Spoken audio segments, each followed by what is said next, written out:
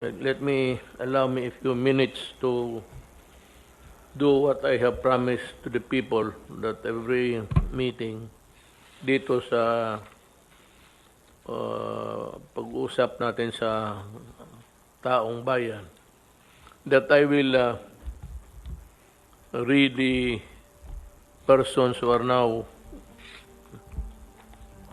under quasi-judicial or judicial scrutiny.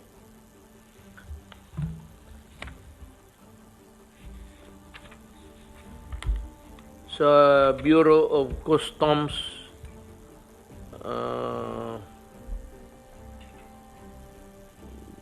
dismissed from the service na to, tinanggal na. Lumuntod si Macabando, grave misconduct. He was fired by the Ombudsman. Engineer Ramon Hernandez, gross neglect of duty, grave misconduct.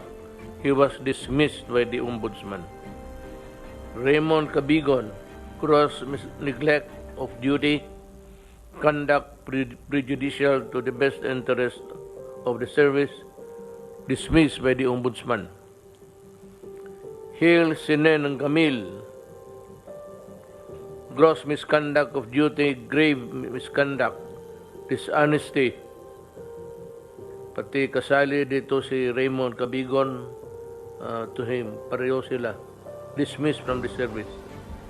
Vincent Butch Cambua, grave misconduct, dismissed by the Ombudsman. Vincent Butch, Attorney Lycio Martinez, gross neglect of duty, grave misconduct, conduct prejudicial to the best interest of the service, fired by the Ombudsman.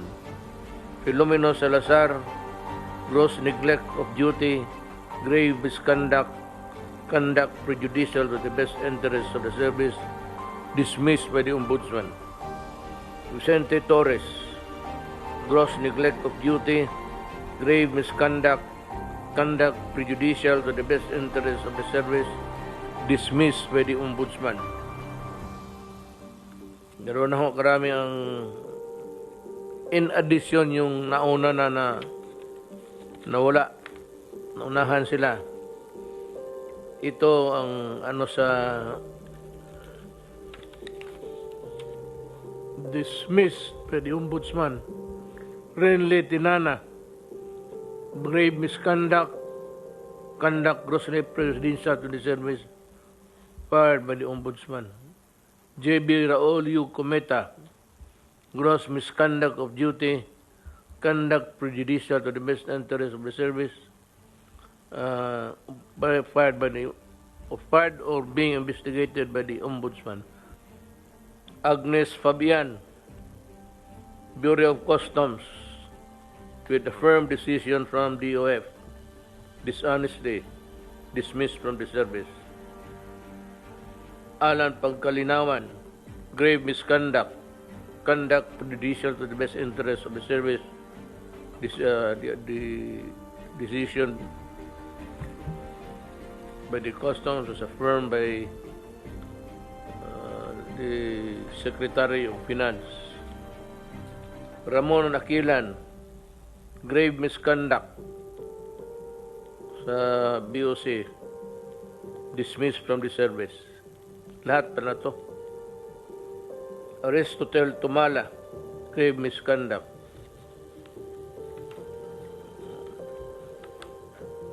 Itong iba,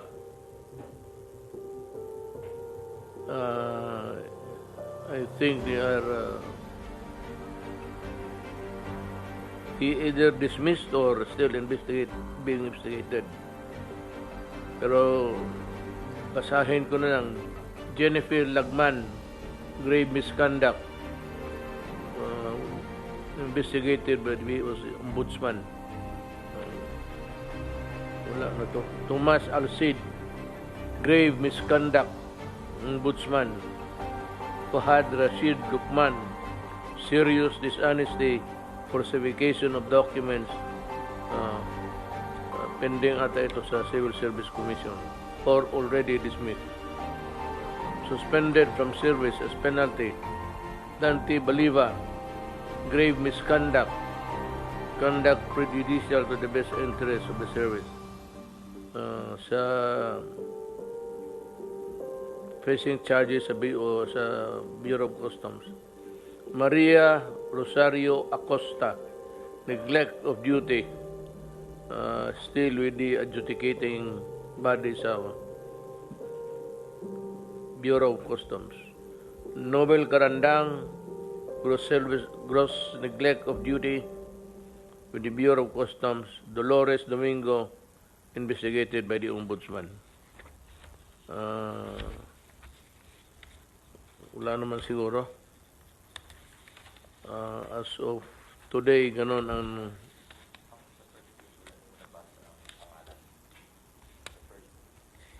meron dito. Preventive suspension. PhilHealth, Jovita Aragona, grave misconduct, serious dishonesty, conduct prejudicial to the best interest of the service, being investigated by the Ombudsman. Calixto Gabuya Jr., same, PhilHealth, being investigated by the Ombudsman. We can expect shortly the decision of these cases. Next week, we are still investigating DPWH. Ang DPWH, ang pinaka-racket dyan is yung ghost project. So walang delivery, ghost project. Marami yan. Karamihan yan, it's the regional director. Ipapalabas nila na may project ito, but wala. So the best way is to conduct an audit of those projects to determine if they are ghost projects or not. And I think there are plenty. And I dare say that ang pinakamarami siguro matanggal would be from DPWH. I really intend to clean government. At least kung hindi ko kaya, maminus-minusan ang kurakot sa gobyerno. Yan na lang ang konsuelo ng tao na mahuli at mapreso. But most of this, yung misconduct, actually, that's the administrative term. Pero kung tignan mo yan ang mga crime nila in the penal side, mga falsification yan, malversation. But dito sa limited kasi ang ground, pero just the same. Pag gross dishonesty, ganon yan. That's embezzlement. Ang pinakamarami, itong road right of way na hanggang ngayon, ayaw ko kung ano nangyari. This was this scandal in somewhere in Cotabato. I remember it, but I am remembering it now. Tignan ko tanungin ko ang DPWH kung ano ang nangyari doon. Or I will have it re-investigated.